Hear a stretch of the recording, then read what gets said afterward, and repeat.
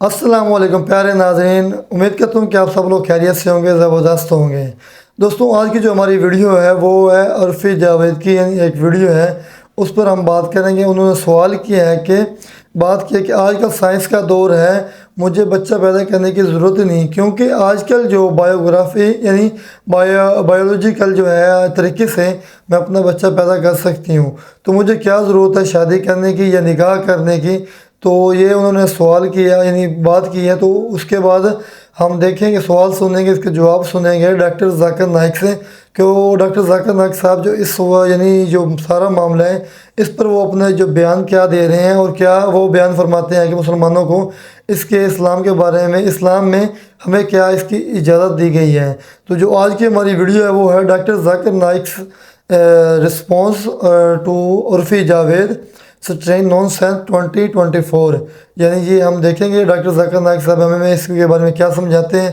तो ये चलते हैं अपनी वीडियो की तरफ। ये पहले देखते हैं उर्फ़ी जावेद क्या कह रही है। वाली बात यार, मौसी वाली बात है कि मैं बीवी और माँ बनने लायक नहीं हूँ। अरे बहन जो मुझसे तो पूछो यार, मेरे को बनना ही नहीं है यार किसी की बीवी, मुझे बनना ही नहीं है माँ।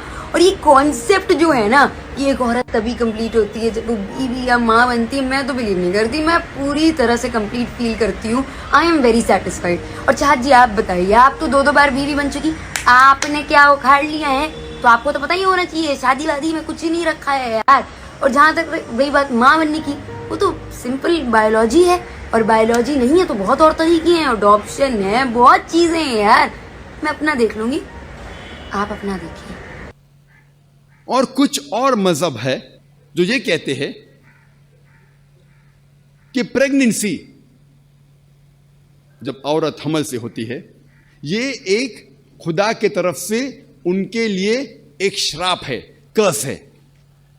और दूसरी मजहब की किताब में लिखा हुआ है कि this is a curse on the women that she shall be labour pains, और वो बहुत तकलीफ से बच्चे को जनेंगी।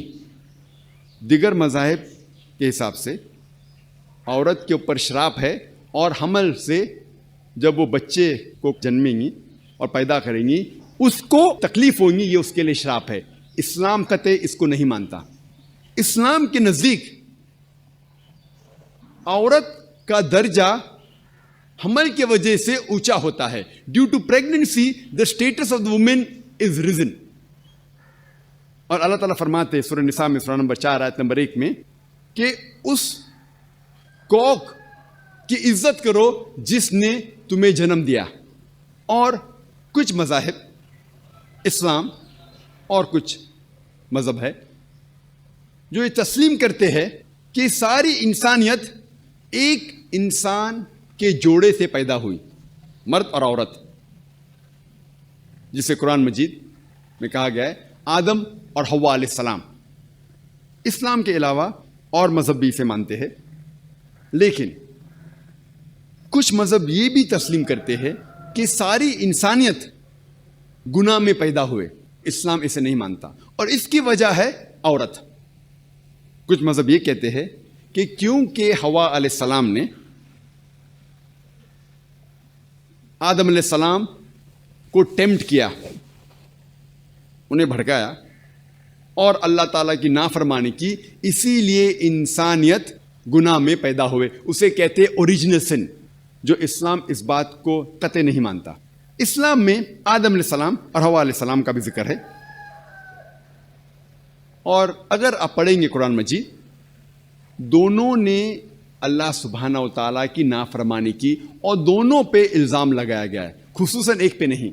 और अगर आप कुरान पढ़ेंगे सूरह आराफ सूरह नंबर 7 आयत नंबर 19 से आयत नंबर 27, कम अज कम 1 दर्जन टाइम आदम और हव्वा अलैहिस्सलाम का जिक्र किया गया है। दोनों ने अल्लाह सुब्हानहू व तआला की नाफरमानी की, दोनों ने माफ़ी मांगा, और दोनों को अल्लाह सुब्हानहू व तआला ने माफ़ किया। दोनों पर इल्ज़ाम बराबर है। कोई भी एक आयत नहीं है कुरान मजीद में जिसमें इल्ज़ाम सिर्फ हव्वा अलैहिस्सलाम पे लगाया गया है। लेकिन एक आयत है कुरान में सूरह तहा सूरह नंबर 20 आयत नंबर 121, जिसमें जिक्र है कि आदम अलैहिस्सलाम ने अल्लाह सुब्हानहू व तआला की बात नहीं मानी, صرف آدم علیہ السلام کا ذکر ہے. لیکن جب ہم قرآن مجید کو پوری طور سے پڑھیں گے ہمیں یہ پتہ لگتا ہے کہ دونوں پہ الزام برابر کا ہے کہ دونوں نے اللہ سبحانہ وتعالیٰ کی بات نہیں مانی, دونوں نے معافی مانگی اللہ سبحانہ وتعالیٰ سے, اور اللہ سبحانہ وتعالیٰ نے دونوں کو معاف کیا.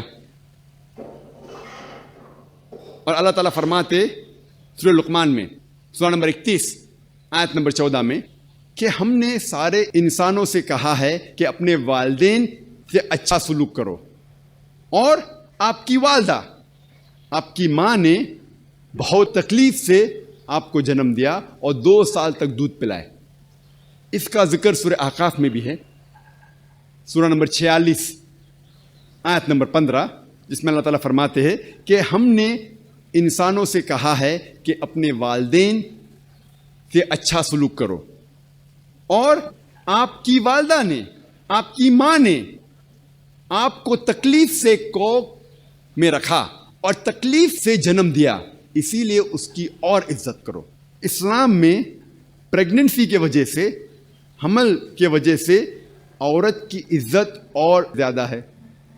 اور ایک حدیث ہے صحیح بخاری کی, محمد صلی اللہ علیہ وسلم کی حدیث ہے صحیح بخاری جلد نمبر 8 کتاب الآداب چیپٹر نمبر 2 حدیث نمبر 2. ایک شخص محمد صلی اللہ علیہ وسلم کے پاس آتے ہیں اور پوچھتے ہیں کہ سارے جہاں میں کون سا انسان ہے جس کے ساتھ سب سے اچھا سلوک کرنا چاہیے, کمپیشن اور لو کرنا چاہیے. اللہ کے رسول محمد صلی اللہ علیہ وسلم فرماتے تیری ماں. پھر وہ شخص پوچھتا ہے اس کے بعد کون؟ پھر وہ کہتے ہیں تیری ماں. اس کے بعد کون؟ پھر محمد صلی اللہ علیہ وسلم پھر سے کہتے ہیں تیری ماں. وہ شخص پوچھتا ہے اس کے بعد کون؟ پھر محمد صلی اللہ علیہ وسلم کہتے ہیں تیرے والد, تیرا باپ, تیرا پتا. اس سے یہ ظاہر ہوتا ہے کہ 75% 3/4 حصہ کمپیشن, لو, عزت کا جاتا ہے والدہ کو, ماں کو. پاؤ حصہ جاتا ہے والد کو, پتا کو. مختصر سے ماں کو ملتا ہے گولڈ میڈل, سونے کا تمغہ. ماں کو ملتا ہے سلور میڈل, چاندی کا تمغہ. ماں کو ملتا ہے برونز میڈل, تانبے کا تمغہ. تو دوستوں یہ تھی ہماری آج کی ویڈیو. امید کرتا ہوں کہ آپ کو یہ ہماری ویڈیو پسند آئی ہوگی. اگر آپ کو ہماری ویڈیوز پسند آتی ہوں تو آپ نے کمنٹس میں لازمی بتانا ہے, تو ہماری ویڈیو کو لائک بھی کرنا ہے, اور ہمارے چینل کو, اگر آپ ہمارے چینل پر نئے ہیں تو ہمارے چینل کو لازمی سبسکرائب کرنا ہے, کیونکہ ہم اس طرح کی انشاءاللہ جو اسلامک ویڈیوز وغیرہ ہیں وہ لے کر آتے رہیں گے, اس طرح کے سوال جواب, جس سے آپ کو بہت اچھی معلومات وغیرہ فراہم کریں گے. آج کی یہ تھی ہماری ویڈیو. اپنا اور اپنے پیاروں کا خاص خیال رکھیں. ہمیں دیجیے اجازت. اللہ حافظ.